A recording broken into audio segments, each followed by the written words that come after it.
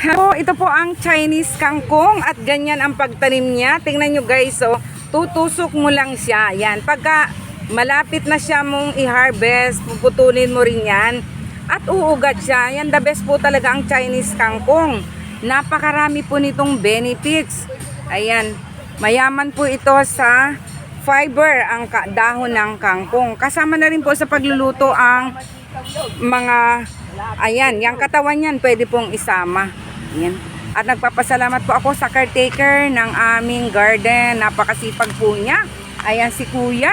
Yan po ang laging nag-aasikaso sa garden dito. Madalas po akong nandito at pinipicture ko ang mga paborito kong gulay, ang mga herbal medicine. Napakarami po rin dito.